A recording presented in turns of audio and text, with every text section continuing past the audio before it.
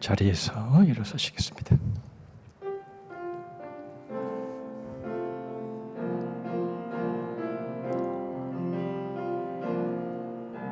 주님과 함께하는 이 고요한 시간, 주님의 보좌 앞에 내 마음을 쏟네. 모든 것 아시는 주님께 감출 것 없네. 내 마음과 정성 다해 주 바라나이다. 온 마음 다해.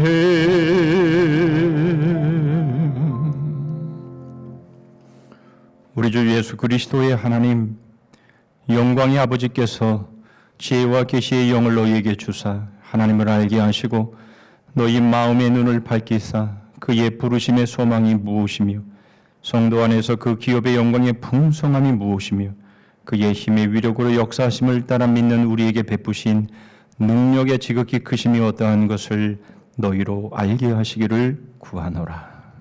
하나님 아버지 감사합니다. 오늘도 거룩하신 하나님 전전에 모여 하나님을 예배하오니 저희들의 예배를 흠양하여 주시옵소서. 우리 하나님, 저희에게 지혜와 계시의 영을 이 시간 허락하셔서 하나님을 알게 하시옵소서. 하나님의 그 사랑이, 그 영광의 풍성함이 어떠한 것인지를 알게 하여 주시옵소서. 하나님의 능력의 그 무한하심을 깨달아 아는 시간이 되게 하여 주시옵소서.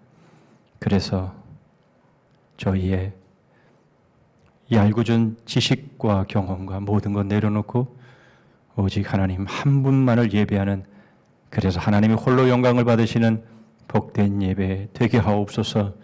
예수 그리스도의 이름으로 기도하옵나이다. 아멘.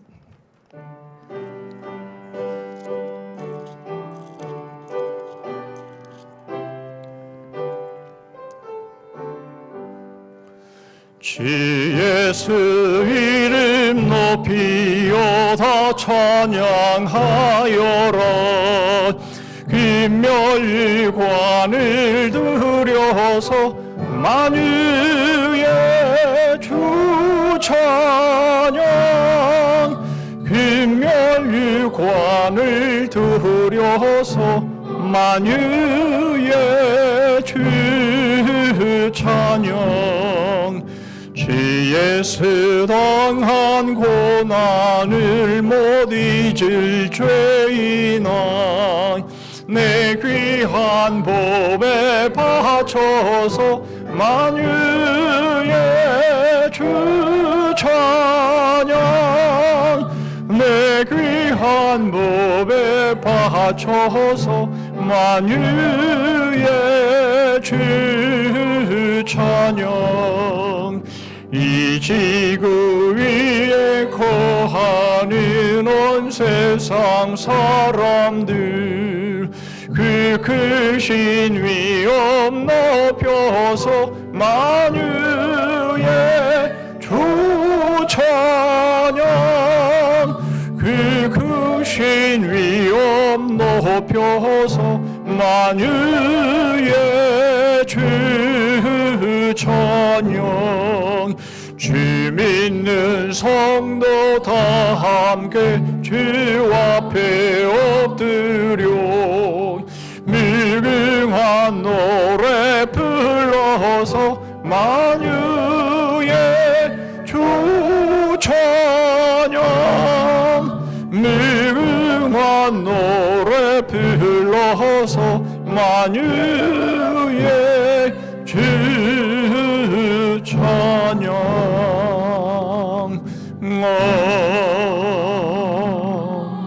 아멘. 교동문 45번 시편 103편을 교독하십니다. 내 영혼아 여호와를 송축하라. 내 영혼아 여호와를 송축하며 그의 모든 은택을 잊지 말지어다.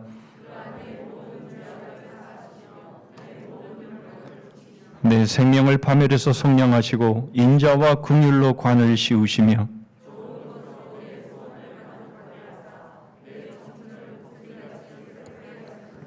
여호와는 긍휼이 많으시고 은혜로우시며 노하기를 더디하시고 인자하심이 풍부하시도다.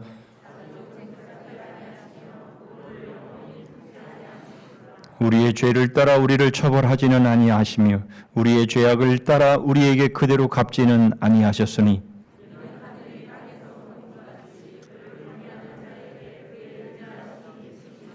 동이 서에서 먼 것 같이 우리의 죄과를 우리에게서 멀리 옮기셨으며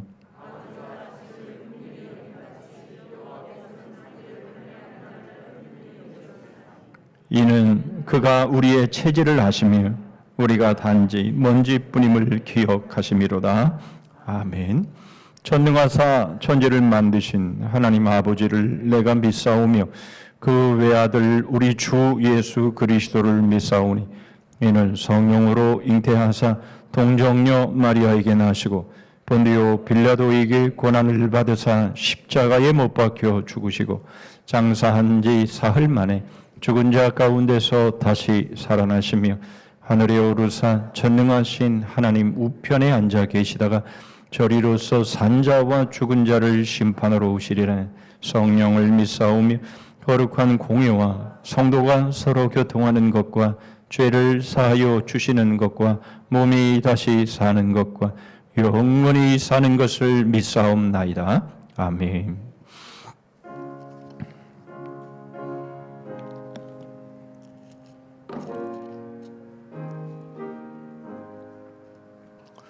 내 주 예수를 더욱 사랑 엎드려 비는 말 들으소서. 내 진정 서원이 내 구주 예수를 더욱 사랑 더욱 사랑. 이전엔 세상 악 기뻐서도 지금 내 기쁨은 오직 예수. 다만 내 피는 말 내 구주 예수를 더욱 사랑 더욱 사랑. 이 세상 떠날 때 찬양하고 심질 때 하는 말 이것일세. 다만 내 피는 말 내 구주 예수를 더욱 사랑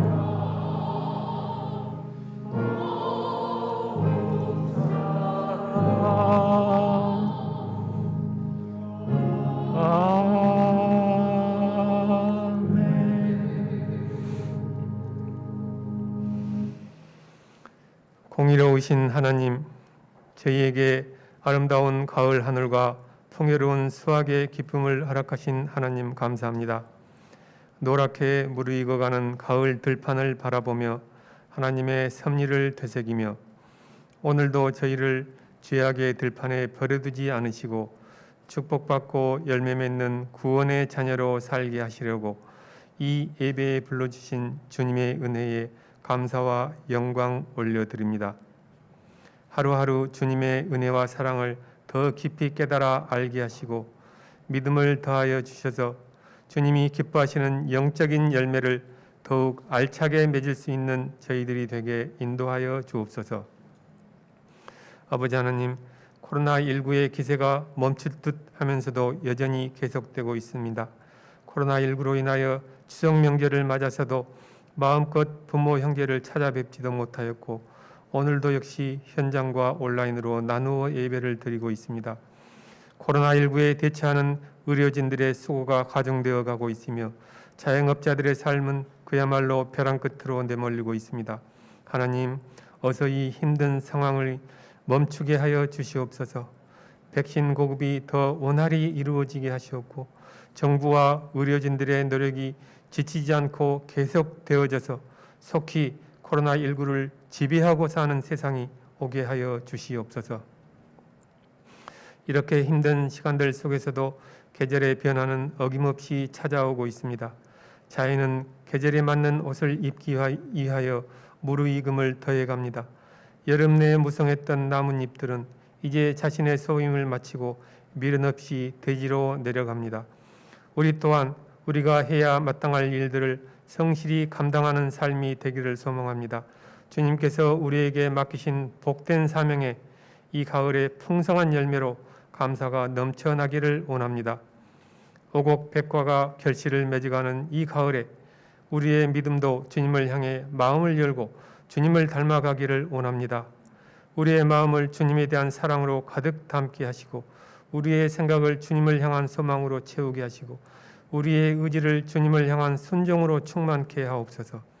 세상의 헛된 것을 바라보지 않게 하시고 하나님 뵙기를 갈망하며 하나님께 기뻐하시는 것들을 추구하는 삶이 되기를 원합니다.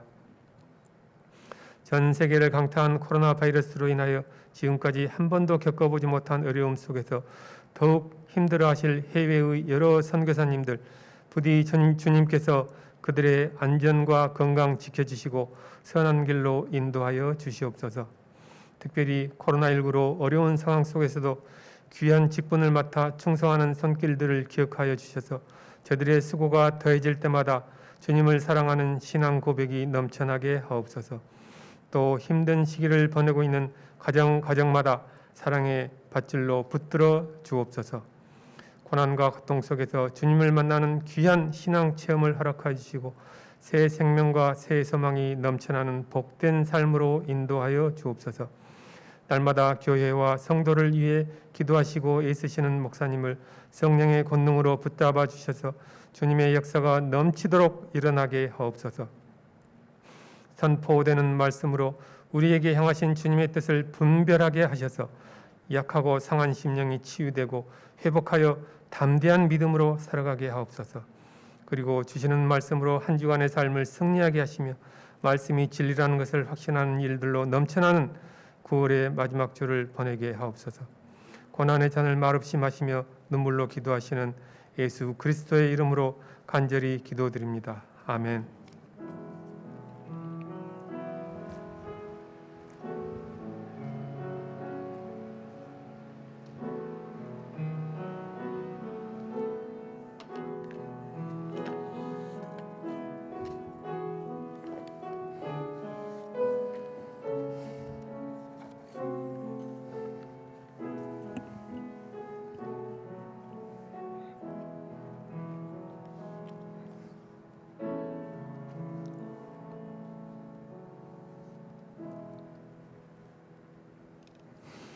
이 시간 우리에게 주시는 하나님의 말씀은 구약성경 출애굽기 21장입니다.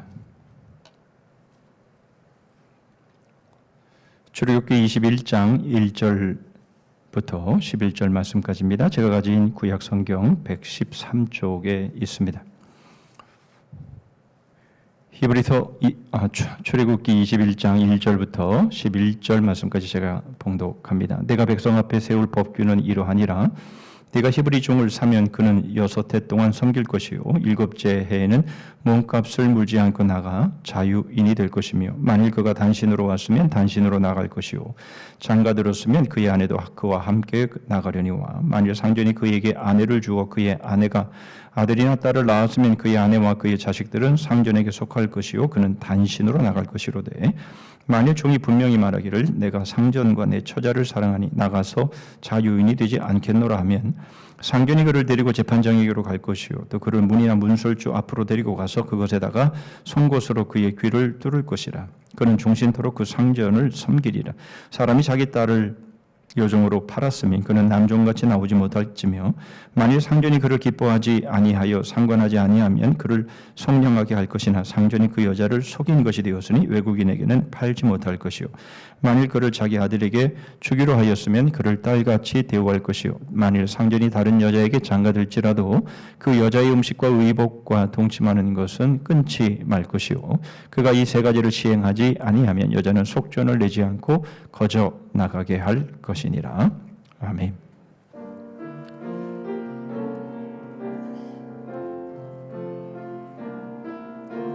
나의 생명을 누리니 주 영광이 하여 사용하옵소서.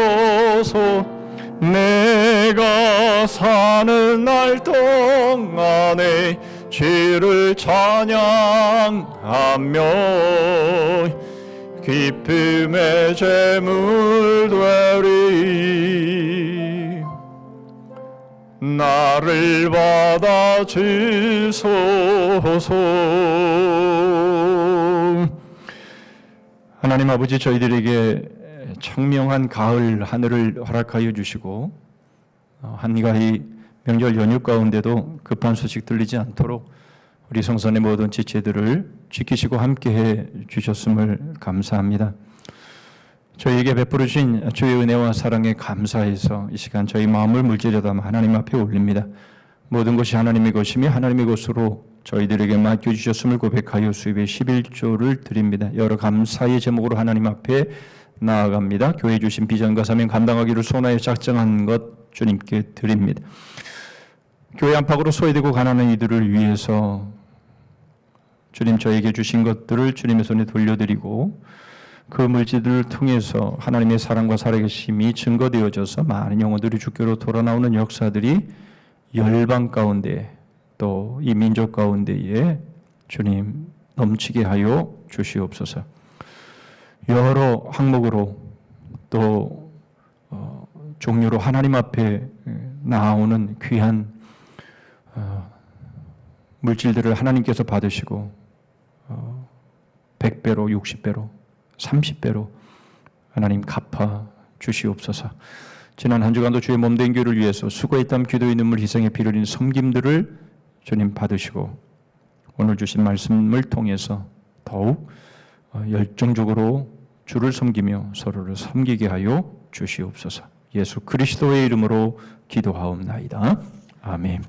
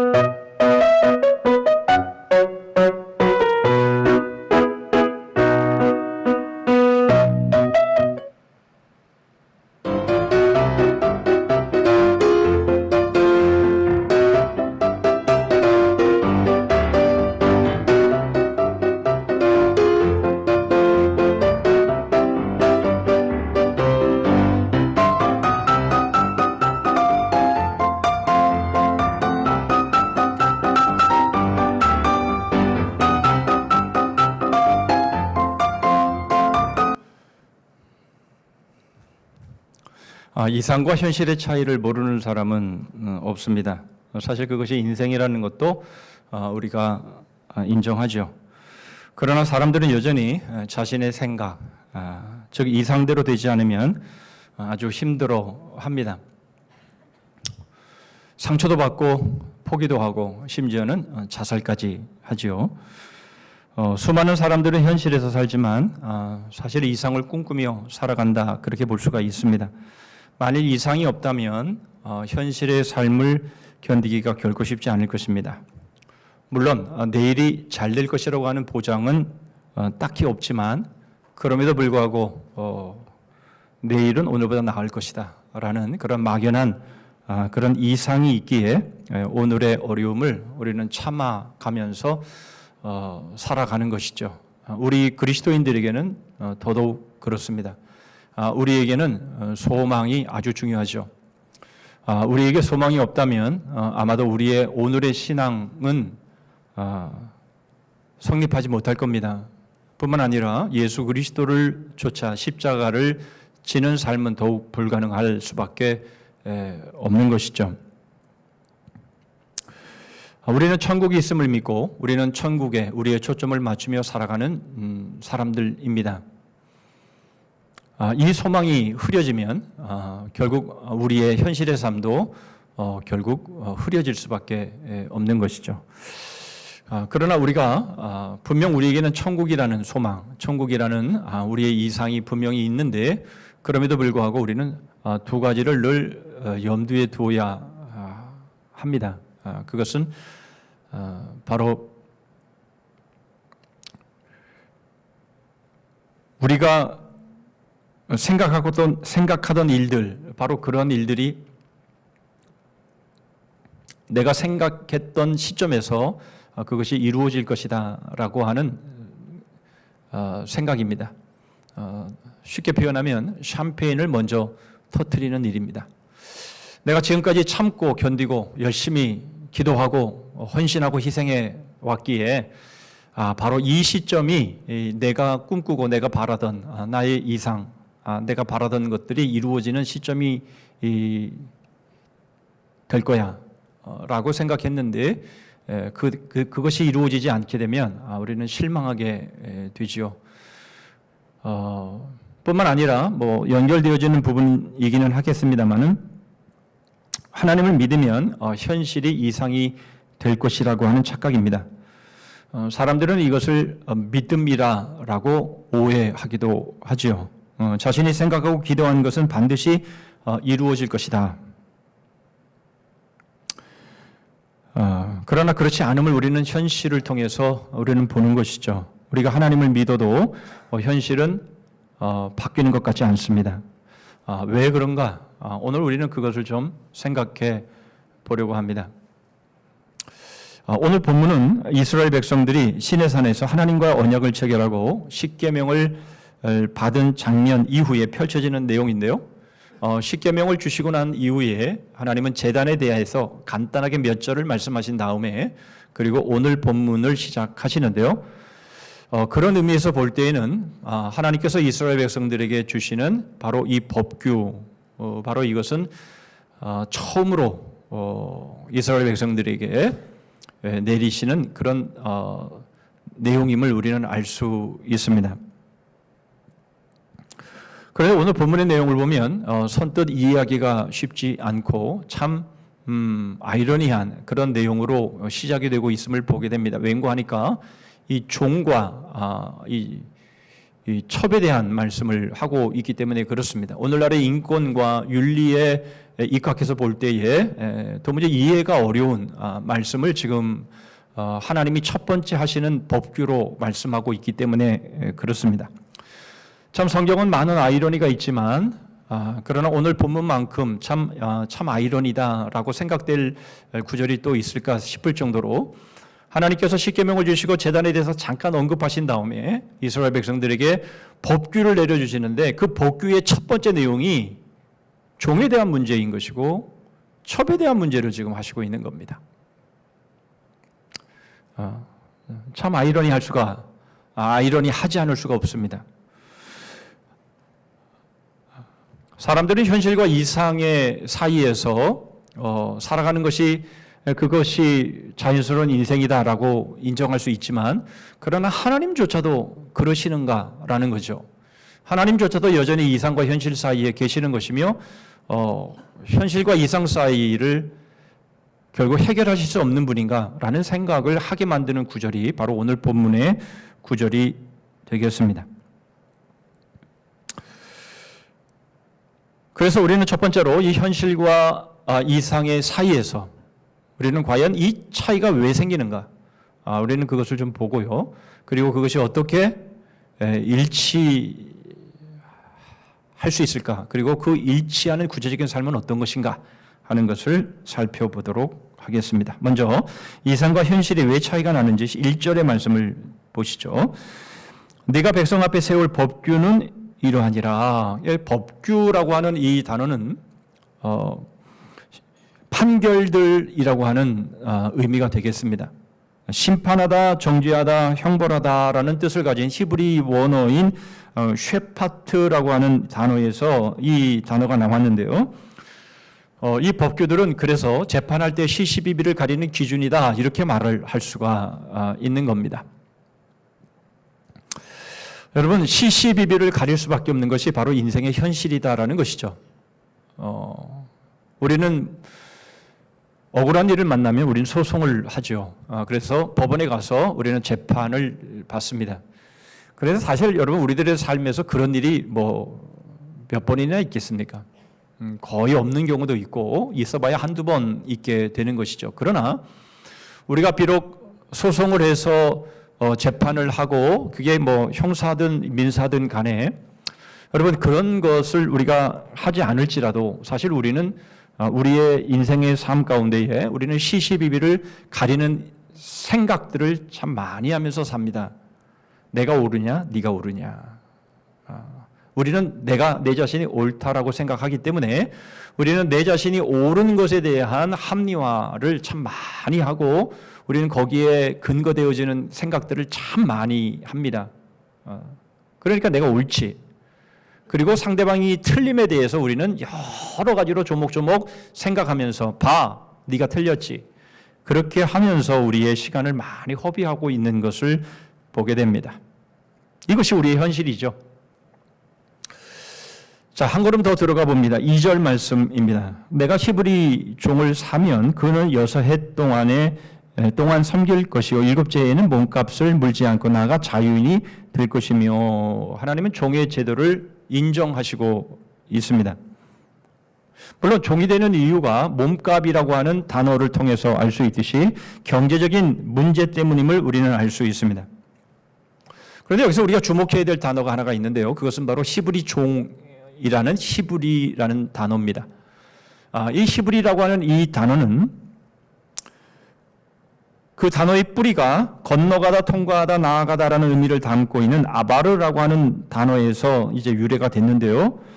이것은 히브리인의 조상인 아브라함이 그 당시의 세계 문화의 중심 장소인 갈대아우로 메소포타미아를 떠나서 그곳을 건너와서 가나안 땅에 정착을 하게 되면서 가나안 땅에 있는 사람들이 바로 그곳을 건너와서 이곳에 정착한 자라, 이방인이다라는 그런 뜻으로 히브리라고 하는 단어를 붙이기 시작한 거죠.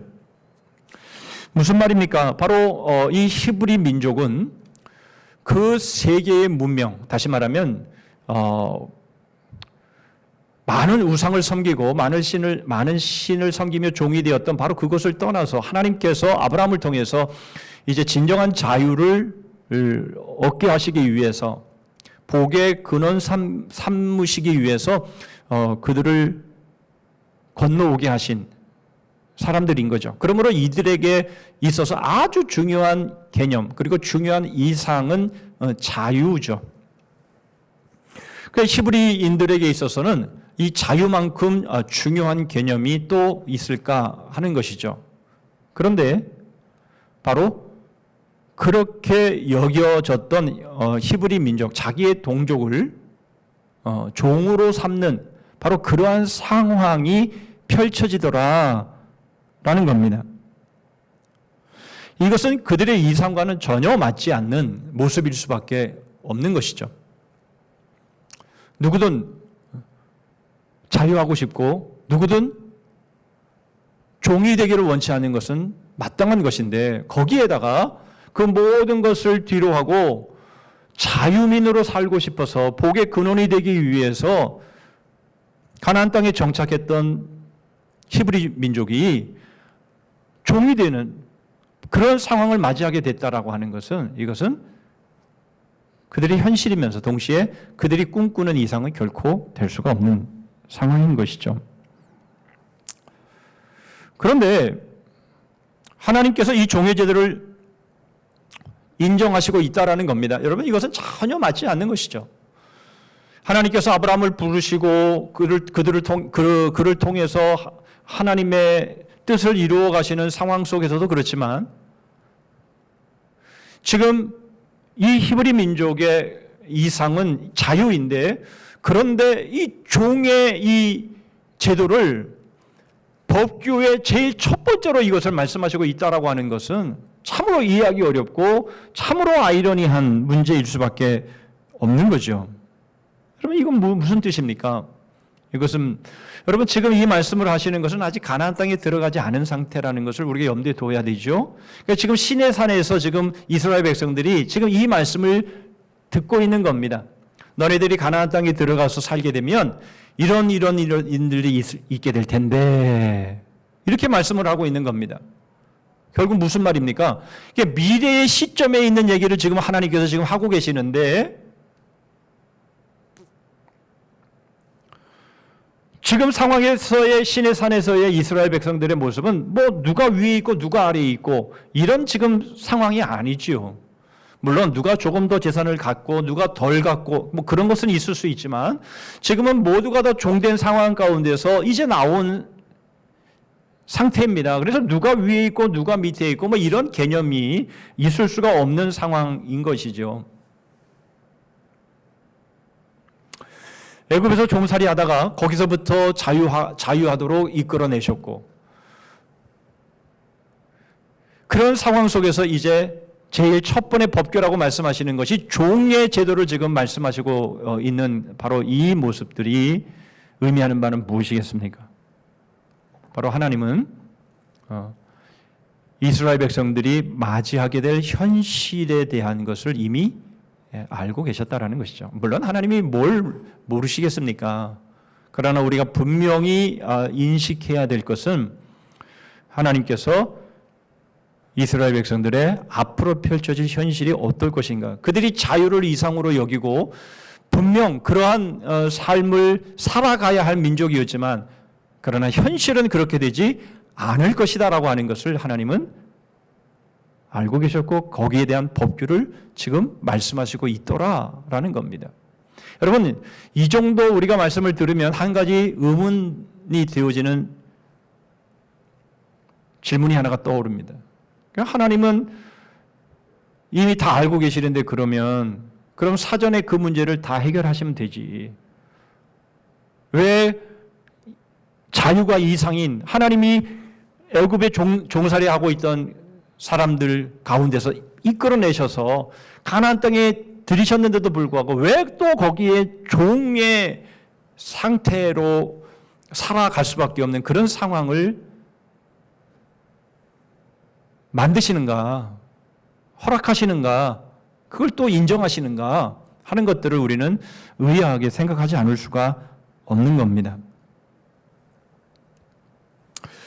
과연 하나님도 인생처럼 현실과 이상 사이에 존재하시는 분인가? 라는 의문을 우리는 가질 수밖에 없죠. 하나님은 그러면 현실의 문제를 해결할 수 없어서 결국 이상적인 그런 삶을 우리에게 허락하실 수 없는 그런 능력이 제한되어진 하나님인가라는 생각을 우리는 하지 않을 수가 없는 겁니다. 여러분, 이 질문 앞에 우리는 맞다, 하나님은 현실을 인정하시고 현실과 이상 사이에서 우리를 인도하시는 분 맞다라는 답을 할 수밖에 없습니다. 이 종의 제도를 인정하시는 모습이 그것을 말씀하고 있기 때문에 그렇죠. 그러나 또한 아니다라는 답을 우리는 할 수 있습니다. 왜 그렇습니까? 성경에는 바로 그것에 대한 말씀을 정말 많이 하시는데요. 그 중에서 몇 가지만 여러분들에게 소개해 드립니다. 먼저 신명기 4장 39절로 40절입니다. 그런즉 너는 오늘 위로 하늘에나 아래로 땅에 오직 여호와는 하나님이시여 다른 신이 없는 줄을 알아 명심하고 오늘 내가 네게 명령하는 여호와의 규례와 명령을 지키라. 너와 네 후손이 복을 받아 네 하나님 여호와께서 내게 주시는 땅에서 한없이 오래 살리라. 자, 한 걸음 더 들어가죠. 신명기 15장 4절입니다. 내가 만일 내 하나님 여호와의 말씀만 듣고 내가 오늘 내게 내리는 그 명령을 다 지켜 행하면 내 하나님 여호와께서 내게 기업으로 주신 땅에서 내가 반드시 복을 받으리니 너희 중에 가난한 자가 없으리라.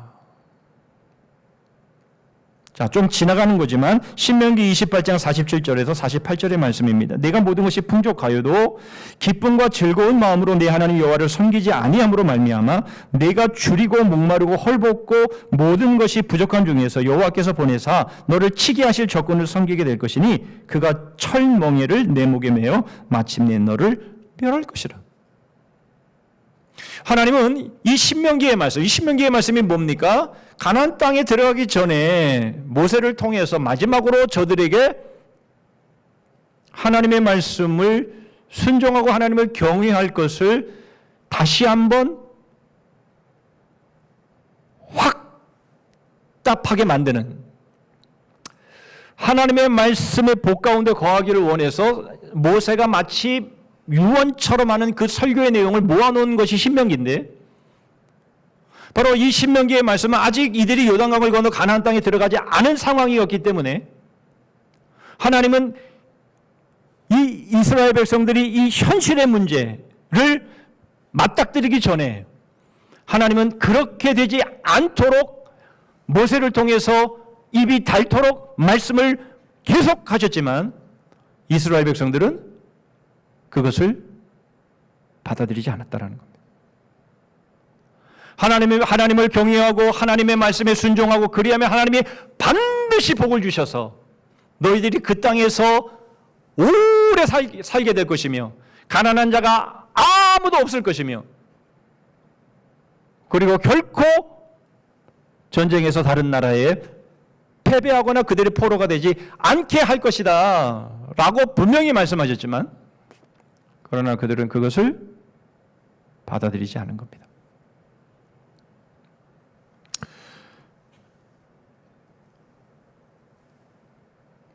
하나님에게도 이상과 현실의 차이를 인정하실 수밖에 없는 이유, 그것이 있었는데 바로 그것은 하나님에게 문제가 있었던 것이 아니라 바로 이스라엘 백성들에게 문제가 있었다라는 것이죠. 이것이 바로 이스라엘 백성들의 현실이었습니다. 여러분, 이것은 7절 이하에 있다가 보겠지만 여종의 문제, 다시 말하면 둘째 부인이나 첩의 문제에 있어서도 동일함을 우리는 보게 됩니다. 이것은 예수님이 직접 말씀하신 이 이혼에 대한 문제에 연관지어서 우리는 설명할 수 있습니다. 마태복음 19장 8절인데요. 예수께서 이르시되 모세가 너희 마음의 완악함 때문에 아내 버림을 허락하였거니와 본래는 그렇지 아니하니라. 여러분, 하나님께서 이스라엘 백성들을 인도하실 때에 이렇게 가난함을 통해서 종이 되고 또 마음이 완악해짐으로 인해서 아내를 버리는 이러한 일들, 바로 이러한 일들은 하나님의 원래의 뜻이 아니다라고 하는 것을 주님께서 분명하게 말씀을 하셨던 거죠. 그러나 결국 하나님께서 말씀하신 말씀들을 다 거부하고 마음이 완악하게 되어서 자신들의 욕심대로, 자신들의 탐심대로 그렇게 불순종하여 살아간 삶의 결과가 바로 그들의 현실이 되어버렸다라는 겁니다. 현실의 고통의 문제가 되어버렸다라는 것이죠.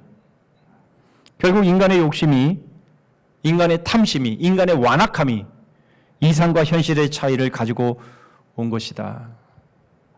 하나님이 능력이 없으시고 하나님이 현실과 이상의 그런 사이에 거하실 수밖에 없는 능력이 없는 분이기 때문에 현실의 고통의 문제가 생긴 것이 아니다라고 하는 것을 우리에게 말씀하고 있는 겁니다.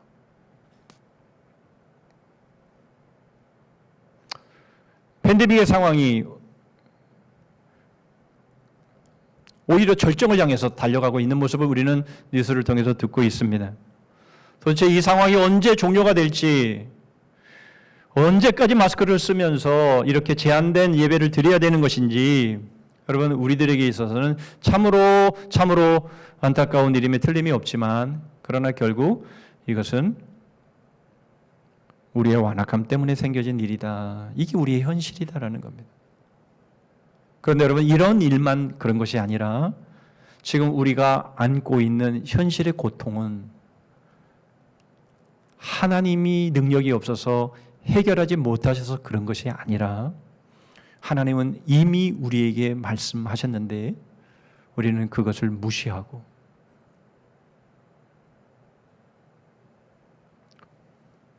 불순종함을 통해서 하나님 아니에요. 하나님이 지금 잘못 알고 계신 거예요. 하나님이 그렇게 하면은요 망합니다.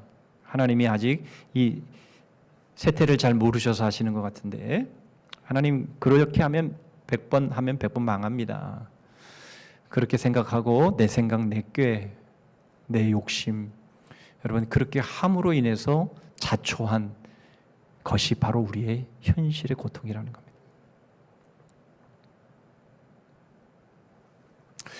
자, 그렇다면 여러분 두 번째로 이 이상과 현실의 차이는 어떻게 극복을 할 수 있습니까? 어떻게 이 이상과 현실을 간격을 줄여갈 수 있겠습니까? 5절, 6절 말씀입니다. 만일 종이 분명히 말하기를 내가 상전과 내 처자를 사랑하니 나가서 자유인이 되지 않겠노라 하면 상전이 그를 데리고 재판장에게로 갈 것이요 또 그를 문이나 문설주 앞으로 데리고 가서 그것에다가 송곳으로 그의 귀를 뚫을 것이라. 그는 종신토록 그 상전을 섬기리라. 여러분 돈이 없어서 이제 종이 되었습니다. 그래서 6년 동안 자유도 없이 종이 되어서 정말 살았습니다. 여러분 3년 군대 생활 해보신 분은 아시잖아요. 그게 얼마나 고통스러운지. 자유 없이 그 수없는 그 눈치를 보면서 그 내무반 생활을 하면서 그 살아가는 그 삶이 얼마나 고통스러운지. 근데 여러분 6년입니다. 6년 동안 생고생하면서 그렇게 살다가 이제 7년째 안식년이 되어서 이제 몸값을 지불하지 않고 이제 자유인이 될 수 있는, 자유를 누릴 수 있는 그러한 기회를 맞이하게 된 것이죠. 그런데 그 6년 동안에 상전이 아내를 주어서 가정을 이루게 되고 그래서 아들이나 딸이나 자녀를 낳게 되었을 때에는 안식년이 되어도 그 가족 전체를 데리고 나가지 못하고 자기만 나가야 되는 상황이 되는 겁니다. 그러나 나 그렇게 하기 원치 않습니다. 나는 자유도 좋지만 그러나 내 사랑하는 가족을 버릴 수 없습니다. 그렇게 해서 상전을 사랑하고 그 가족을 사랑하게 되면 그렇게 하겠다고 하고 이제 안식년이 되어도 나는 자유인이 되지 않겠습니다 라고 한다면 그를 데리고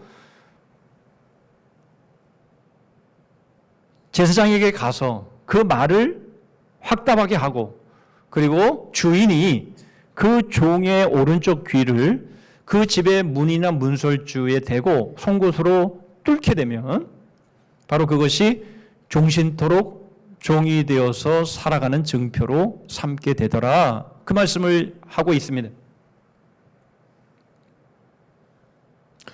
여러분 이 문이나 문설주는요 이스라엘 백성들에게 있어서는 아주 중요한 장소입니다.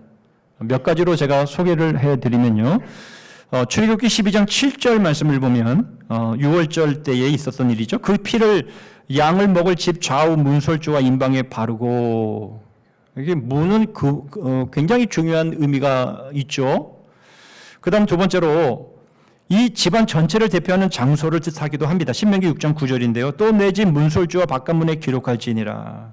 그리고 법적인 송사를 결정짓는 판결의 처소이기도 하고 하나님과 대화를 나누는 장소이기도 한 것을 사무엘상 1장 9절이 이렇게 말합니다. 그들이 실로에서 먹고 마신 후에 한나가 일어나니 그때에 제사장 엘리는 여호와의 전 문설주 곁 의자에 앉아 있었더라.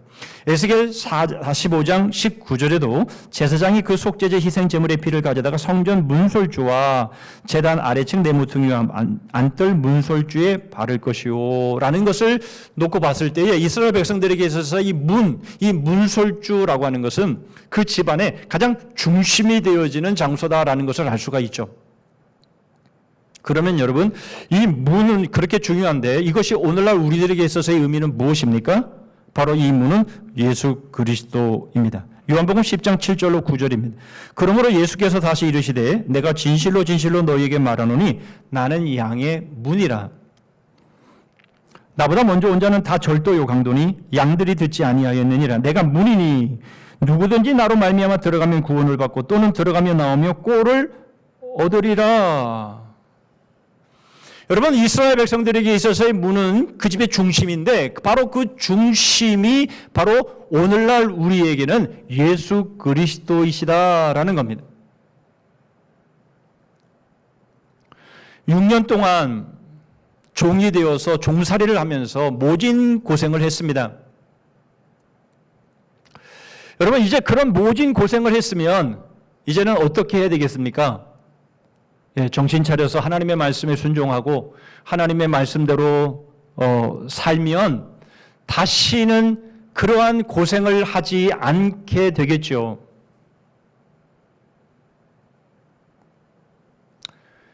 여러분, 그 문제를 우리에게 한번 적용해 보겠습니다. 여러분, 우리가 하나님의 말씀에 불순종함으로 인해서 우리가 생고생하고 우리가 정말 고통스러운 순간들을 보냈다고 한다면 여러분, 우리는 그런 일을 반복해서 하지 않겠죠. 그러나 그 일은 반복하지 않을지라도 우리는 또 다른 죄를 짓게 되는 것은 피할 길이 없죠. 여러분, 우리는 어차피 이제 6년의 종살이를 하고 우리가 안식년을 맞이해서 우리가 자유를 얻는다 할지라도 그러나 그 자유를 가지고 우리는 또 다른 누군가의 종이 되어버리는 그런 삶을 우리는 살게 됩니다. 그래서 상전을 사랑하고 그 상전이 베푼 그 은혜 안에 살기를 소원한다면 이제는 그 자유를 내려놓고 이제는 그 상전의 종으로서 바로 살아가는 바로 그 삶을 사는 것이 맞는데 바로 우리에게 있어서는 예수 그리스도가 바로 그분이라는 겁니다. 여러분, 우리에게 자유가 주어졌습니다. 그런데 우리에게 주어진 자유를 가지고 내가 아무리 내 능력과 내 노력과 내 노하우를 가지고 나의 의를 가지고 그렇게 살려고 발버둥을 쳐봤는데 그런데 어느 순간인가 또 다른 종이 되어서 살아가고 있는 우리의 모습을 보는 거죠. 그래서 우리는 차라리 그럴 바에는 내가 사랑하는 상전인 예수 그리스도 바로 그분께 나의 자유를 양도하고 스스로 종이 되어서 내가 주님을 사랑하고 주님이 베푸신 이 은혜와 복이 좋사오니 나는 이 안에서 살겠습니다 라고 할 때에 여러분, 우리는 예수 그리스도의 종이 되어서 살아가는 바로 그 삶이 바로 그리스도인의 삶이라는 겁니다. 여러분, 우리는 그 내용들을 신약 성경을 통해서 여러 군데에서 우리는 보게 되는데요. 바울의 경우를 먼저 보시면 고린도전서 9장 19절입니다. 내가 모든 사람에게서 자유로우나 스스로 모든 사람에게 종이 된 것은 더 많은 사람을 얻고자 함이라. 갈라디아서 1장 10절에는 이제 내가 사람들에게 좋게 하랴 하나님께 좋게 하랴 사람들에게 기쁨을 구하랴 내가 지금까지 사람들의 기쁨을 구하였다면 그리스도의 종이 아니니라. 골로새서 4장 7절 두기고가 내 사정을 다 너희에게 알려주리니 그는 사랑받는 형제요 신실한 일꾼이요 주 안에서 함께 종이 된 자니라. 이것은 바울에게만 해당되는 것이 아니라 베드로 사도도 이렇게 고백합니다. 베드로서 1장 1절입니다. 예수 그리스도의 종이며 사도인 시몬 베드로는 유다 1장 1절입니다. 예수 그리스도의 종이요 야고보의 형제인 유다는 이렇게 말씀하죠. 여러분,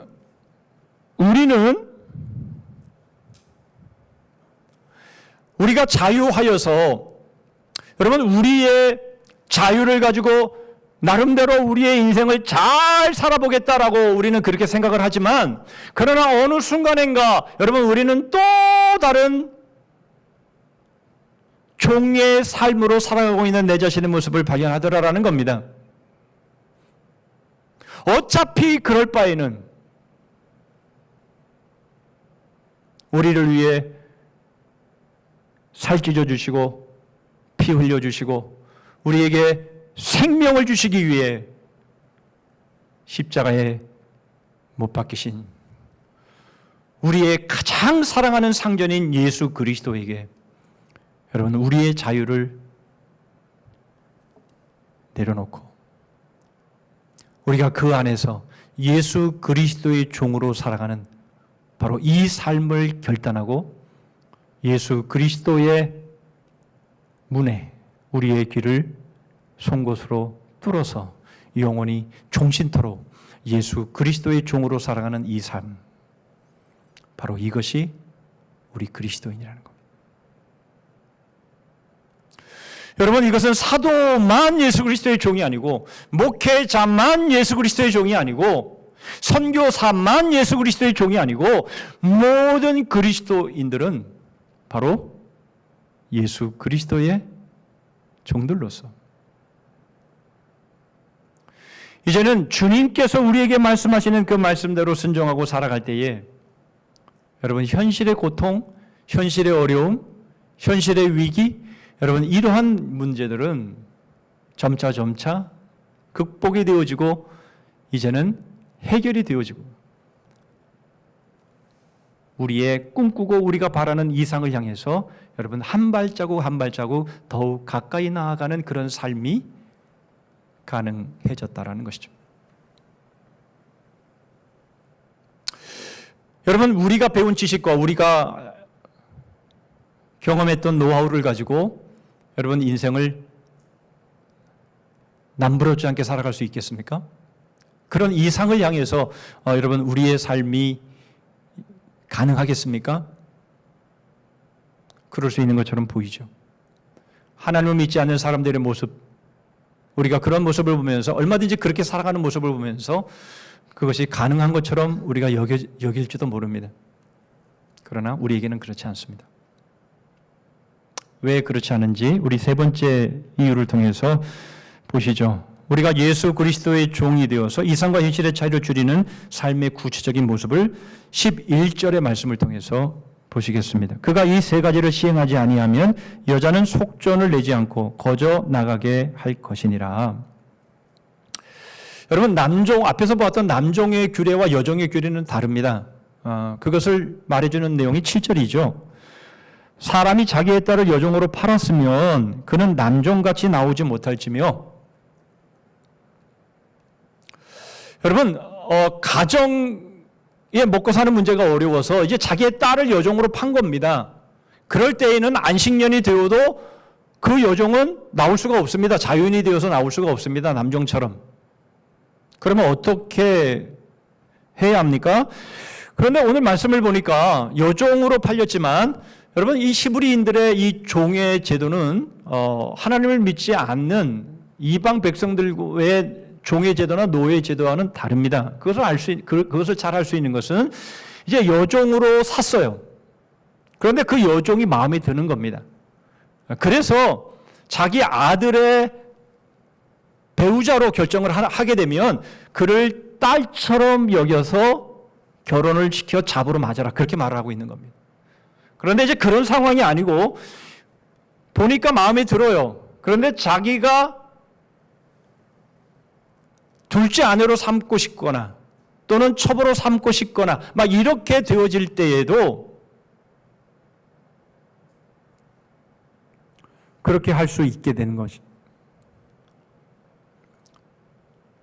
그런데 자기 아들의 배우자로 삼거나 아니면 자신의 둘째 아내나 또는 첩으로 삼는 바로 그러한 일들 가운데서 다 마음에 들지 않는 거예요. 그렇게 되면 7년이 되어서 그를 풀어주어야 될 상황이 되면 자유인이 되게 하라. 그런 말을 지금 하고 있는 겁니다. 자, 이게 이제 정황입니다. 자, 그렇다면 우리가 생각해 볼 것은 이거죠.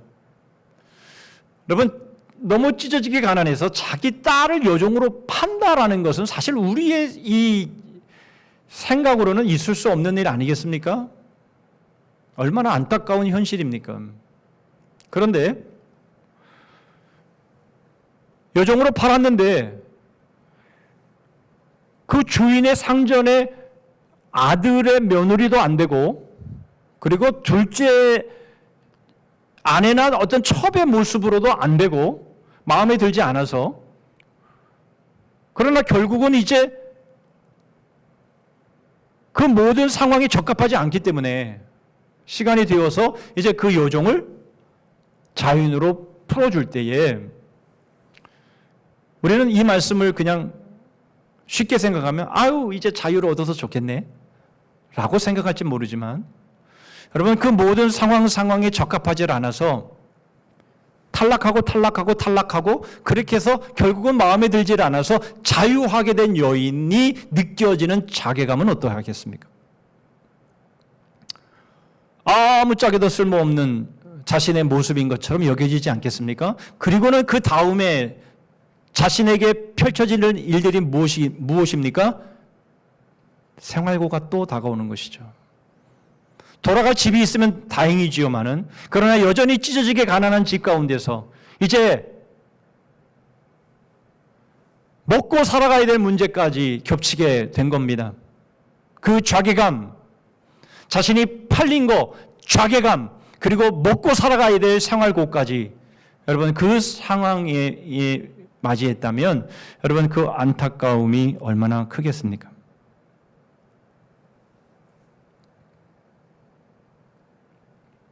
여러분 바로 이러한 모습들, 이러한 문제들이 바로 우리가 지금 현실의 삶을 우리가 살아가면서 맞는, 우리가 경험했고 경험하고 있고 앞으로도 경험하게 될 바로 그런 안타까움의 문제들인 것이죠.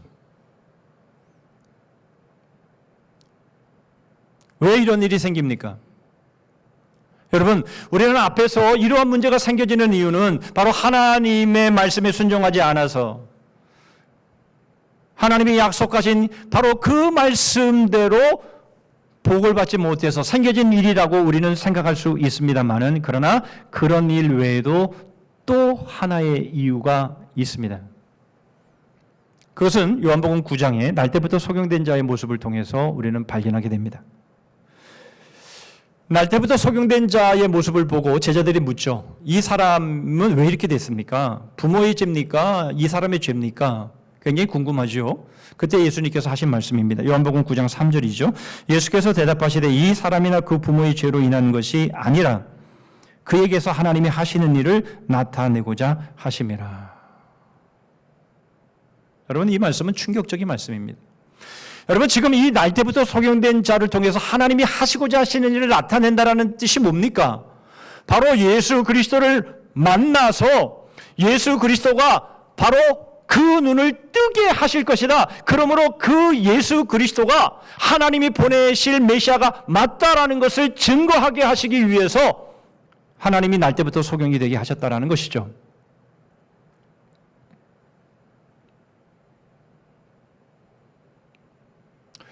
여러분 날 때부터 소경이 된 것이 얼마나 안타까운 일이며 현실의 고통이고 불행입니까마는, 그러나 여러분 그 일을 맞이했을 때에 그 일이 하나님이 하시고자 하시는 일을 나타내고자 하심이라 라고 말씀하신다면,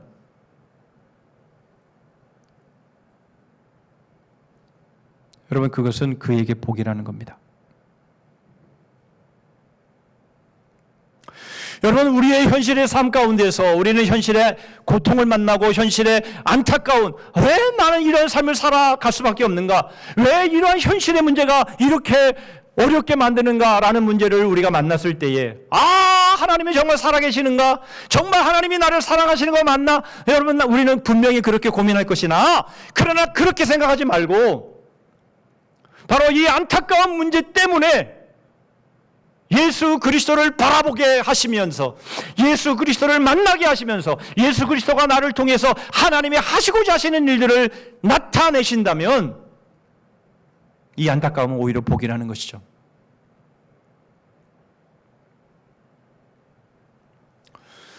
여러분, 우리는 현실의 어려움과 현실의 안타까운 문제들을 놓고 우리는 분명 하나님께서 이 현실을 허락하신 이유가 무엇인지를 믿음의 눈으로 봐야 합니다. 왜 나는 이렇게 꼬이지? 내 인생은 왜 이렇게 꼬이는 거야? 왜 나의 삶은 이렇게 안타까울 수밖에 없는 거야? 여러분, 그렇게 생각하면 믿음이 아닙니다. 하나님은 이 안타까움으로 예수 그리스도를 만나게 하시고 예수 그리스도의 그 은혜를 바라보게 하시고 그 예수 그리스도가 우리에게 얼마나 놀라운 상전이신가 하는 것들을 우리로 깨닫게 하시는 것이죠. 또 하나 우리에게 말씀하시는 것이 있습니다. 그것은 바로 우리가 현실의 고통을 만날 때에, 여러분, 우리가 겪는 현실의 고통, 현실의 안타까움은 우리의 이상, 우리의 소망에 비하면 작은 것이다. 여러분, 참 우리가 어려운 일을 만나고 현실의 고통과 아픔을 만날 때에 여러분, 우리는 절망하기 쉽습니다. 그러나 여러분, 하나님은 우리에게 괜찮다라고 말씀하십니다. 여러분, 지금 이 종의 제도를 말하고 여러분 얼마나 불행합니까? 집이 찢어지게 가난해서 자기의 딸을 여종으로 팔 수밖에 없는 상황인데 그 딸이 잘 되면 그 상전의 며느리가 될 수도 있지만, 그러나 그렇게 되지 않는다면 그저 첩으로 살아가야 될 그런 인생일 수밖에 없는 이러한 현실의 문제 속에서도 하나님께서 괜찮다 그렇게 말씀하시는 거예요. 괜찮긴 뭐가 괜찮습니까? 라고 우리는 생각할지 모릅니다. 그러나 그럼에도 하나님은 괜찮다라고 말씀하시는 거예요. 왜 그렇습니까? 우리에게는 이상이 있기 때문입니다. 여러분, 우리에게는 하나님의 나라가 있기 때문입니다. 괜찮긴 뭐가 괜찮습니까? 지금 힘들고 고통스러워서 죽게 생겼는데, 여러분, 욥이 한순간에 10명의 자녀를 잃습니다. 한순간에 모든 재산을 잃습니다. 그리고 머리끝부터 발끝까지 병을 얻습니다. 괜찮습니까? 뭐가 괜찮습니까? 자기 일이 아니라고 그렇게 쉽게 말해도 되는 겁니까? 그러나 하나님은 괜찮다라고 말씀하시는 거예요. 우리에게는 뒤집어질 일이고, 우리에게는 말도 안 되는 일이고, 펄펄 날뛰면서 하나님이 있기는 뭐가 있어 라고 우리는 그렇게 외쳐댈 수 있는 상황이지만, 하나님은 그래도 우리에게 괜찮다라고 말씀하시는 거예요. 왜요? 우리에게는 하나님의 나라가 있기 때문입니다. 하나님의 나라만큼 우리에게 주시는 복이 그것과 비교하고 견줄 수 있는 것이 이 세상에는 없기 때문입니다. 뿐만 아니라 하나님은 우리에게 너무나 좋으신 상전이십니다. 살찌져 주시고 피 흘려 주시면서 우리를 하나님의 자녀 삼으시고 영원한 하나님의 나라의 상속자로 우리를 삼아주신 주님이십니다. 그 주님이 현실의 고통과 어려움과 아픔이 있지만, 그러나 하나님은 반드시 피할 길을 내시고 우리가 감당할 시험밖에는 주시지 않는 우리에게는 가장 좋은 상전이십니다. 우리가 감당할 수 없는 것들을 주시지 않아요. 어떤 현실의 고통과 어려움과 아픔이 있습니까? 괜찮습니다. 괜찮으니까 하나님께서 허락하신 겁니다. 너무 힘들고 고통스럽고 아프셔도 그것을 통해서 우리 주님 바라보세요. 우리 주님이 주신 은혜 안에 거하세요. 그러면 괜찮아집니다. 그리고 이제 우리가 예수 그리스도를 바라봄으로 인해서 우리의 이상, 하나님의 나라, 바로 그 하나님의 나라의 상속자들로 잘 훈련되어지고 단련되어지고 준비되어진 자들이 되어서 우리가 당하는 이 현실의 고통과 비교할 수 없는 그 하나님의 나라의 그 영광을 여러분 누리시고 그것을 영원히 즐기시는 여러분 그러한 믿음의 삶 살아내시는 우리 성산의 지체들 되시기를 주님의 이름으로 축복합니다.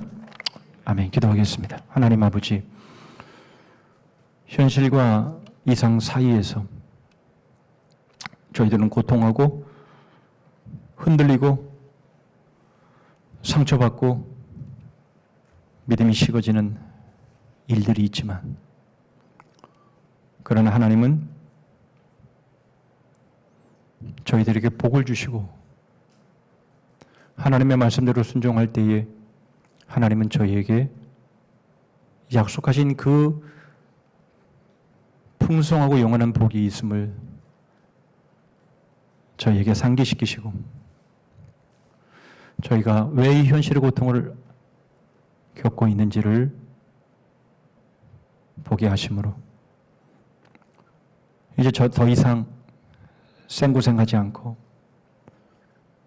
하나님의 말씀 안에 거하며 오직 예수 그리스도 안에 거하는 삶으로 인해서 현실과 이상의 거리를 좁혀가는 그런 삶 저희들 살게 하시고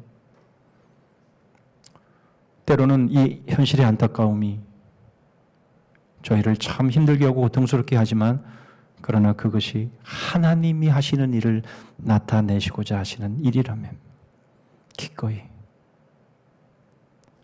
감당하고 기꺼이 저희의 삶을 맡겨드림으로 인해서 하나님의 나라의 상속자들로 준비되어가고 훈련되어져가는 바로 그러한 삶을 저희들이 누리며 살아가는 복된 성도들 되게 하여 주시옵소서. 하나님, 우리의 교우들 가운데 지체들 가운데 정말 고통하며 아파하는 심령들이 있습니다. 주님, 위로해 주시되 괜찮다라고 말씀해 주셔서 현실의 이 고통과 어려움들을 믿음으로 잘 극복하며 이기게 하시고 그러면 그럴수록 더 저희의 참으로 좋으신 상전 되신 예수 그리스도, 바로 우리 예수 그리스도의 종으로서 저희들의 삶을 온전히 맡겨드리는 바로 그 삶을 살아가는 저희들, 진정한 복된 삶 살아가는 저희들 되게 하여 주시옵소서. 예수 그리스도의 이름으로 기도하옵나이다. 아멘.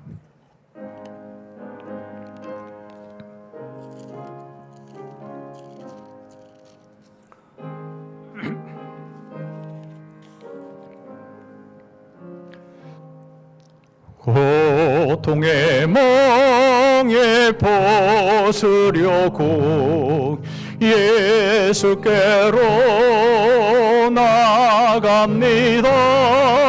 자유와 기쁨 베푸시는 주께로 갑니다. 병든 내 몸이 튼튼하고 빈궁한 삶이 부해지며 죄악을 벗어버리려고 주께로 갑니다. 낭패와 실망 당한 뒤에 예수께로 나갑니다.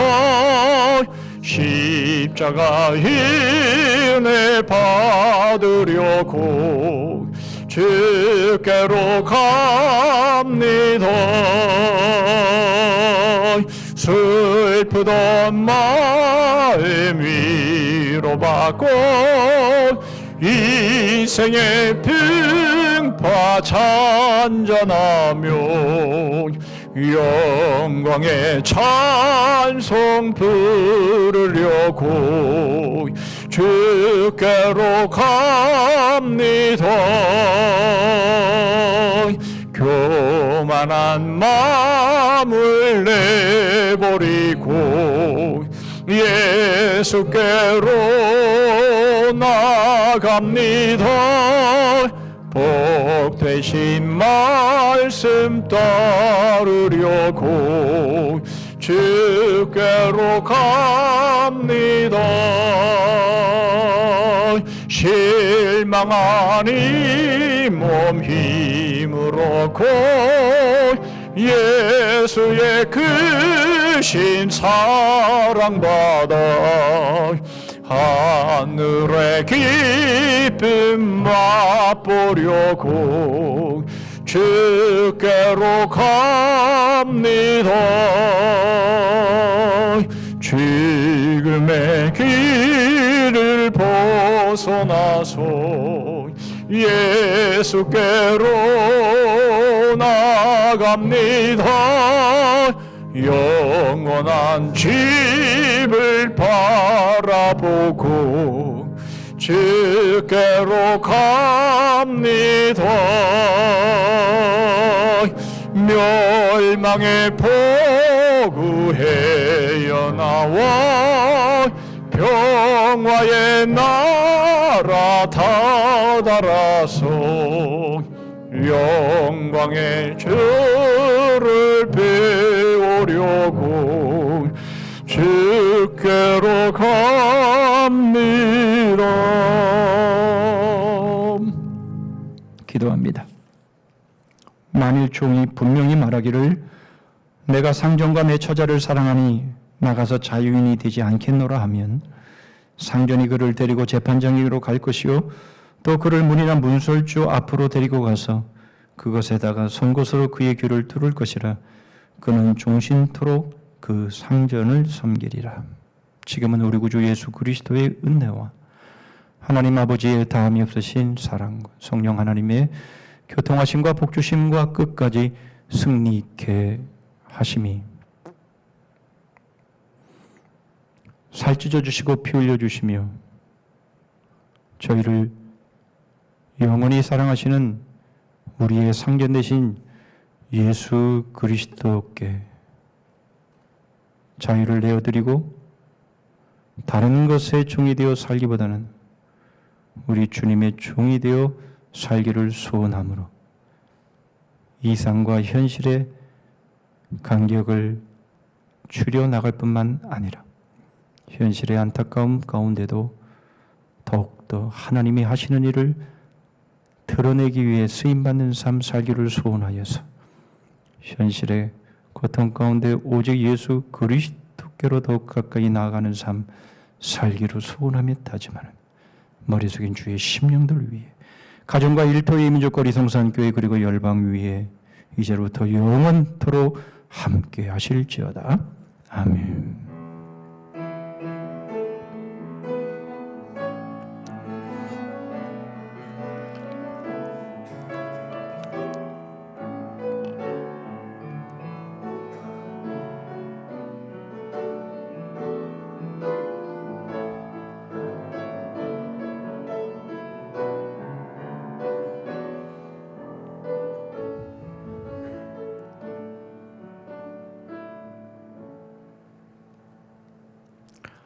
몇 가지 교회 소식 나누겠습니다. 한가히 명절 연휴가 맞춰졌지만 그 후유증인지 코로나가 생긴 이후로 최고로 많은 확진자가 발생했다고 하죠. 여러모로 언제 이 상황이 종료가 될지 아주 난감한 그런 상황들이 전개되고 있습니다. 그럼에도 불구하고 여러분 우리의 믿음의 열정은 식어지면 안 됩니다. 그러면 그럴수록 더욱 위축되지 마시고 여러분 말씀과 기도에 더욱 진력하시고 그래서 믿음으로 승리에 나가실 수 있기를 바라고 벌벌 떠는 사람들 가운데서 우리는 믿음으로 더 삶의 본을 보이면서 그렇게 이 시대를 살아가는 그런 우리 성도들 될 수 있기를 바랍니다.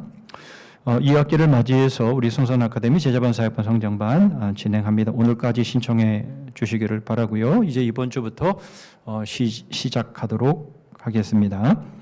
주보 가운데 10월 중보기도 제목을 넣어드렸습니다. 하루에 한 번씩 꼭 중보기도해 주시면 좋겠고요. 예, 나머지 부분들은 주보를 참고하시면 되겠습니다. 자리에서 일어서시겠습니다. 연구표 하시죠. 시작. 복음의 기쁨으로 웃음꽃을 피우자. 주 안에서 주제 찬송하겠습니다.